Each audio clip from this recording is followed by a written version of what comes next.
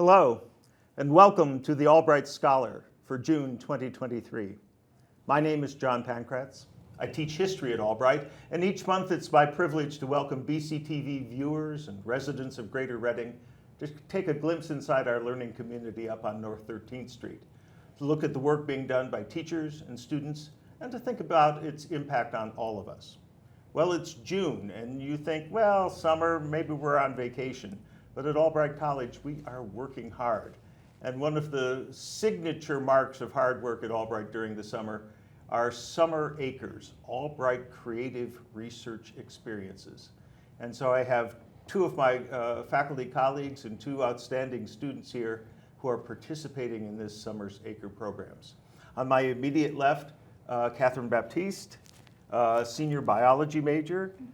Next to her is Professor Ian Cost. And further on is Adrian Lopez, a senior music industry studies major. And then finally, Derek Thompson, director of choral activities at Albright. Derek's been on the show, so welcome back. Thank you. Derek, and the rest of you, welcome to the Albright Scholar. Thank you. We're looking forward to this conversation. Let me ask a general question, both to the students and to my colleagues. When you have this wide open summer ahead of you, why spend it working hard in labs and libraries and online and doing investigations? Catherine, why not just go down to the Shaw? Sure. I'm actually from Massachusetts, so when I chose Albright, there was a lot of unique aspects of the college where I was trying to figure out why to go to Albright and why to be a physician, trying to be a future physician and everything. So one of the aspects was the Acre, and my goal was to gain a unique skill set for me to be able to be the best physician I could be to my patients. Yeah. And so when I saw the Acre program, I approached Dr. Cost and I was like, so I really want to add to my resume to be that physician I want to be. So when I said that, he was like, well, you really need to know your anatomy. And so he brought up the owl, and I was like, well, an owl and a human's a big difference, right? Yep. So, but he lined up to me that when you're building anatomy from the inside out, like I am, you know so much more about the body than you ever would have before. So this is such a unique experience. It just adds another skill set that I would like. How great, how great. Now, you'd had Dr. Cost in class before, right? I actually haven't. You haven't? So, but he is my advisor. Yes. So I met him before and we discussed, and I was like, I really want to do some research and really add to my resume. How great. So this is stemming from your own vocational calling, really. From your point of view, you knew about owls before, but Yes. Make that same pitch you made to Catherine in terms of knowing just the anatomy of any creature. Yeah, well, if you can take any creature and break it down into its most basic parts, then you can apply that to all other organisms. So my particular interest is in birds and dinosaurs, so I focus on those things. Two different names for the same thing. Yes, yeah. Birds are just living dinosaurs, of course. But yeah, I've worked with students with mammals, bats, teeth, whatever they're interested in that gets them excited about learning, basically. And just we work on what part of anatomy is interesting to them and that they can apply later. So like Catherine was saying, if you know all the muscles, then you can better apply how those muscles work across the joints, because our muscles all go from one spot to another and they cross a joint, and that's what actually causes things to move, like all of this, which probably looks really great on camera, just me doing this. But it's all these little muscles that cross those different joints, and if you can actually figure out how one of those works, you can apply it to other ones and change the size and change the shape and all that. And then, the point of attachment and right, the length of the... And so when you're talking to a patient, if you're going to be a doctor or even a vet, right, you can look at what is ailing them muscularly, since that's what we're talking about, right, and figure out how you would fix that. But you can apply that to other parts of the body too. Yeah. So if you know how the lungs work in a bird, you can sort of start to apply that to other animals, including humans, and go from there. Yeah, and it's probably good to view us as creatures as well in context of other living things. Adrian, you're not a scientist. And, Not at all. And as we were driving over here, you said you weren't even sure that acres were for non-scientists, but they are. Yeah, so I heard about Acre here and there, but as you said, I'm a music industry studies and entrepreneurship major. I don't think that has anything to do with research or anything like You that. didn't think. Until one of my friends, Olivia, was talking about how she did it in the past, our freshman year, and she ended up making a choral composition out of it. So she was like, it is open to the arts, and I was like, no way. Putting the creative in the Albright Creative Yeah. Research Experience. So Dr. Thompson and I are pretty much together almost every day of the week, pretty You much. are music and- makers. Yeah, and we're always in conversation because we both come from backgrounds of being men of color and being among the LGBT community. Yeah. And we're like, there's some serious stuff going on that hasn't been talked about, especially hasn't been talked about here. And we're just going into it, and a lot of my personal background is I gravitated to the arts because I felt that's where I can be seen and respected. Yeah. I wouldn't feel that way up until this point in other competitive fields because of who I am and what I represent. And I know there are countless people that have felt the same way. And we want to investigate through like interviews and going through like research articles and stuff like that of other people's similar experiences. Yeah. And realizing that not only through that research and as musicians ourselves, music is still a realm of being a double-edged sword, where it's such a creative space where you're free to do what you want. And there's But- an emphasis on freedom and creativity. Exactly, but what And what comes with expression. freedom and expression is still a lot of societal backlash and still gaps in opportunities and recognition, and we want to dive into that and be able to have a full-on experiment that we can go through with that and see if we can create a choral composition of our own for Albright students to kind of have a coming together and relay a message of how serious stuff like that is. How wonderful, wonderful. And Derek, you've got a student who's perfectly positioned to do this, such a leader within the choral ensembles, a leader on campus as For well. sure, certainly. Thank you. I don't even know how I can say it, but Adrian has been one of the role model students, especially for me being my first year here on campus and being able to see his growth, but also his ability to help others. And again, like he just said, being able to take a research opportunity like this and be able to build upon it to help others, to make that a chance. While we're starting to see change, of course, it's something that still needs to come across and we still need to talk about. And so I think this is a wonderful opportunity to be able to do that. Right. I think Albright is such a crossroads as well. I think students who learn the culture and learn the kind of acceptance and tolerance and mutual sharing that goes on here are moved by that. But we get a new year of first-year students each time coming from very different backgrounds, and introducing them to the Albright way is, and if we can do that musically, how fabulous. Certainly. How fabulous. And I'll have to say, Adrian is introducing me to the Albright way, seeing that he's been here longer than I have. Oh, yeah. So, we're flipping roles here a little bit. So, It's got away every year. Great. The cool thing is especially with COVID, is especially in the incoming classes, Yeah. there's such a different social experience. Like I know you've seen, especially with the incoming freshmen and stuff like that, they seem a lot more reserved or like not sure where they can apply themselves or feel comfortable to do so. So especially in stuff like this, or how open both of us have been to students of all backgrounds and stuff like that, and showing Albright is a space where you are meant to be comfortable and respected and seen, and we are people that appreciate you and what you do. You don't have to be so reserved. And I think often in those extracurricular areas of endeavor, that initiation, that welcome is important. Catherine, that must be the case with the softball team as well, that you've got freshman recruits coming in. Yep. And you've got to make them feel encouraged and at home and Definitely. open to their teammates. Yeah, every year, we have to almost take them out of their comfort zone a little bit more than the last class, and it's because it's been so long for them since it's been normal. Yeah. and especially through the public schools and everything. And softball, they're still just going up and running in the summer. So nothing's been the same for quite a few years now. So every year we're like, it's okay to be yourself and like to be around us and to like be outgoing now because there's no one's like closing you off anymore. Yeah, yeah. Well, let's hear a little bit about your research process here.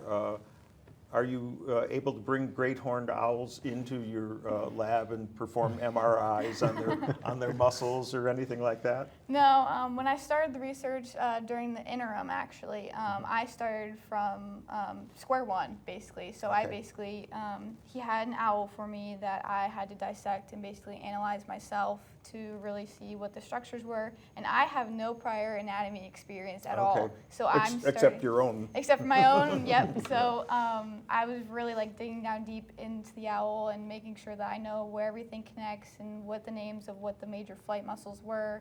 And I also calculated the force of each muscle. So that was like my whole interim acre. And then now we're starting where Sammy Cedar, she actually worked with me over interim, and she started the 3D actual modeling.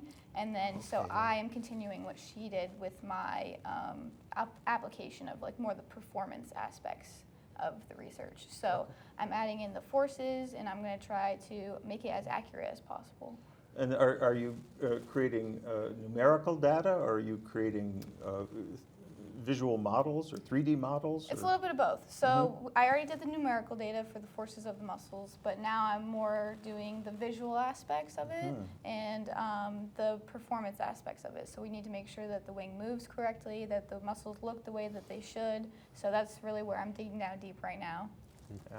Oh, how fascinating! And it must be interesting. I mean, you use your muscles on the softball field, so you Yeah. must think about motive force and all Yep. those other things as well. Ian, is there particular technology that you two are using? It's all technology right now. So the interim was classical dissection. We get birds from rehab places when the birds don't survive. Hitting buildings, getting hit by cars, hunters, whatever. There's a variety of sources. And so we get these animals that sometimes aren't always complete. And so sometimes we kind of have to fill in some of the anatomy, but this one was pretty complete.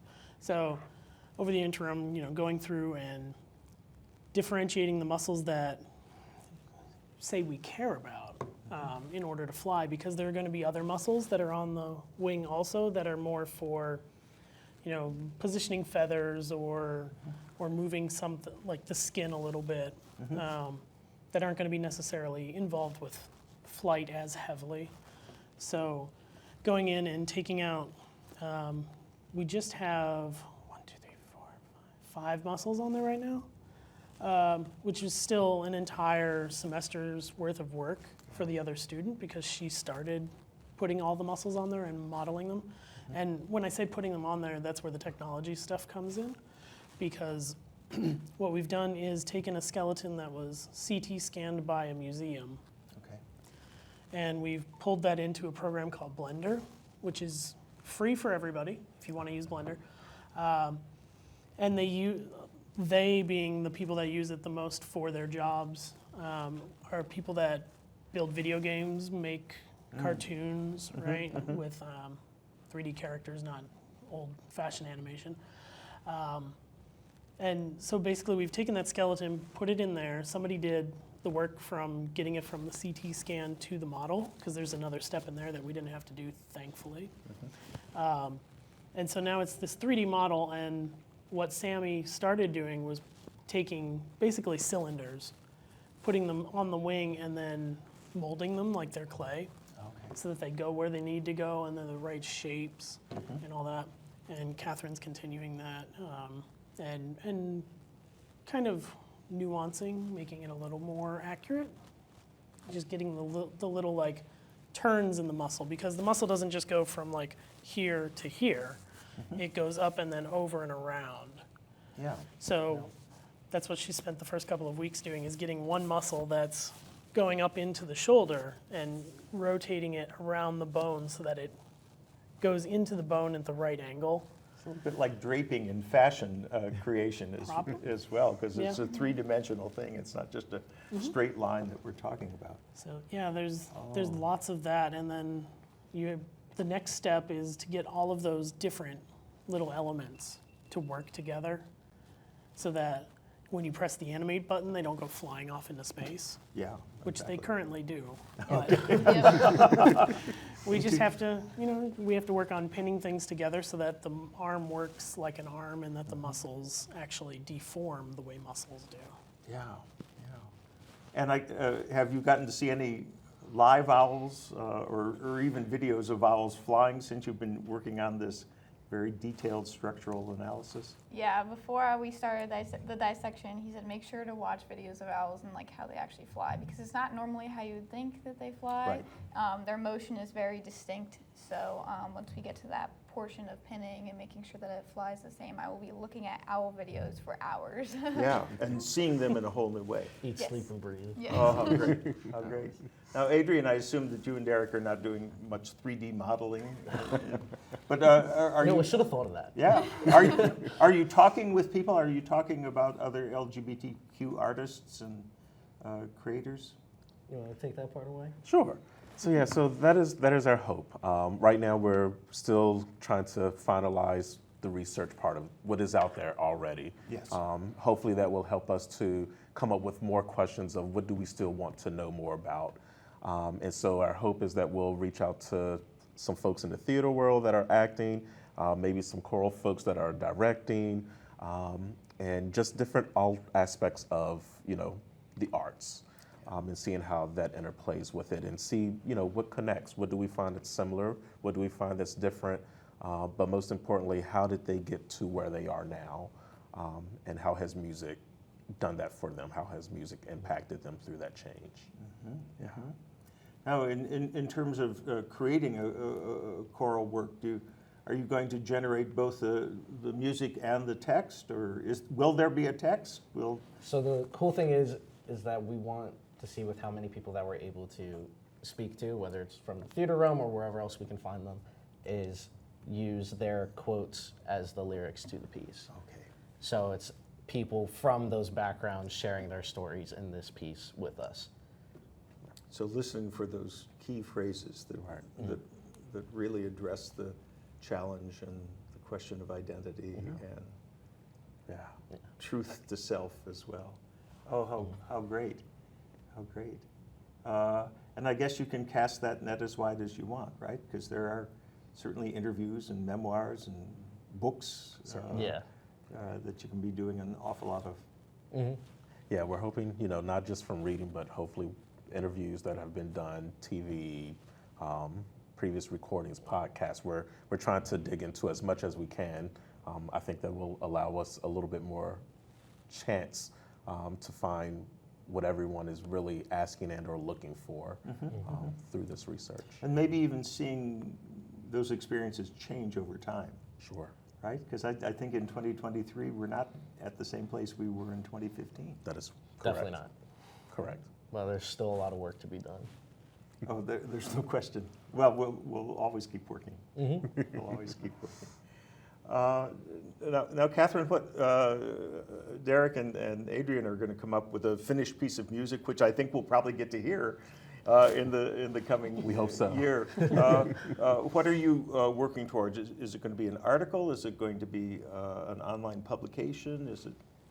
I'm not sure. I think Dr. Klaas has more of an idea on that, but mainly because he's worked more with the system than I have, so I have no idea where this is going to end by the time that the ACRE is over.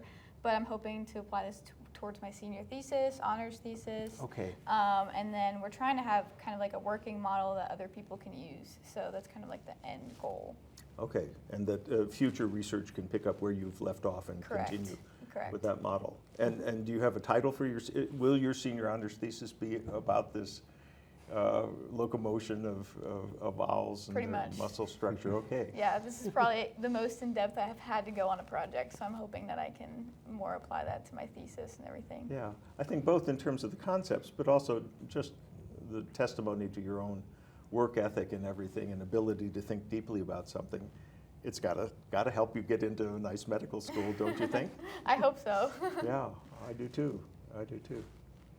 And it must be really, it's got to be fulfilling for you to work one-on-one with students who are really serious and care about their. It's Their very interesting and fun to see where students want to go, because all of my stuff is feeding. Like how do the jaws work and how does the head work? And every now and then there's a student that'll latch onto that, but a lot of the time they have their own Yeah. ideas, and I'm not so married to my own research that we can't explore other things, because there are a lot of mysteries with the way animals work still. Sure. And so it's interesting to take the things I know and apply them to other parts of any body. Yeah. And so that's really cool. But in terms of future things for this project, hopefully it's good groundwork for anybody that wants to do it more. And then maybe 5 years from now, I contact both of them and we have 2 or 3 other students, and they all put together all their work and make one paper or something. Yeah, that becomes that's the really, way it works really with satisfying. modeling. So you know somebody who's worked on this already, but sometimes if it's a gap of 8 or 10 years, it's really fun to see those connections, those sort of scholarly siblings, if you will, who've worked on those projects. And I think, Ian, you make a good point that at Albright, it's not a professor-centered thing saying, okay, you're going to do this little piece of my larger project. It really is responding to student passion and student interest and building their skills and their curiosity. Yeah. Wow. So spring of 2024, we're going to hear some music? Hopefully. Great, great. Do you have other musical things that you're doing over the summer? Are you performing someplace? Yeah, I'm performing around as much as I can. Normally I'm around here on Penn Street, or Great. I go around like Chatty Monks or Nitro and stuff like that. A lot of my own personal music also centers around LGBT identity and issues and mental health and stuff like that. So it's cool to apply what I've been through myself into research like this. Yeah. Well, in a sense, music does address mental health, whether it's trying to or not. In some ways, that's throughout time, it's been one of the ways that people have found to keep themselves sane on their own terms. And sometimes music pushes us around, and sometimes it just tells exactly who we are. Right. Yeah. Oh, how great, how exciting. Now, I know that you're participating in weekly Acre lunches. Have those been fun for you? Are you looking forward to hearing about issues in biochemistry or issues in the music streaming business or in the Holocaust? Yeah, I'm very interested, especially because when I first applied for the ACRE program, I thought it was going to be all science majors. That's all I thought it was, because it says research, right? See, that's So, the one. so See? I'm more intrigued of seeing like what other people that I would never talk to ever, like seeing what they're doing, because like I'm so not trapped, but I'm so enclosed by the science building. I'm there every day for like 6 hours, and I never get to talk to people across campus on other like topics. So like I'm really intrigued to see what they have to say. Great. Well, I on the drive over, I challenged Adrian, but I'll challenge you as well. As you're listening to other people present in a field totally different from your own, think of a question that you can ask at the end. And it may not be a deeply informed question, it may just be your own curiosity. Because one of the challenges for all of you ACRE researchers is not only to do it and learn the lingo yourself, but also explain to other people the importance of what you're doing. So have fun with that. Yeah, it'll be cool on the other side of it, from a non-science side, getting to hear all the science. Oh, yeah. Because I'm absolutely not in that environment at all. I'm trapped in the music building. Right. So And it'll be cool to see topics that I never would have thought of before, like owls. It's a cool space because everyone is passionate about what they're doing and why they're doing it. So no matter what field you're coming from or background, you're going to learn something new, and it's by someone who really cares about it. yeah. And I think you will learn a lot. You know, it's one of those total immersion experiences. It's like learning learning Spanish by living in Mexico. All of a sudden, you can't escape it. Right. So that can be really, really stimulating.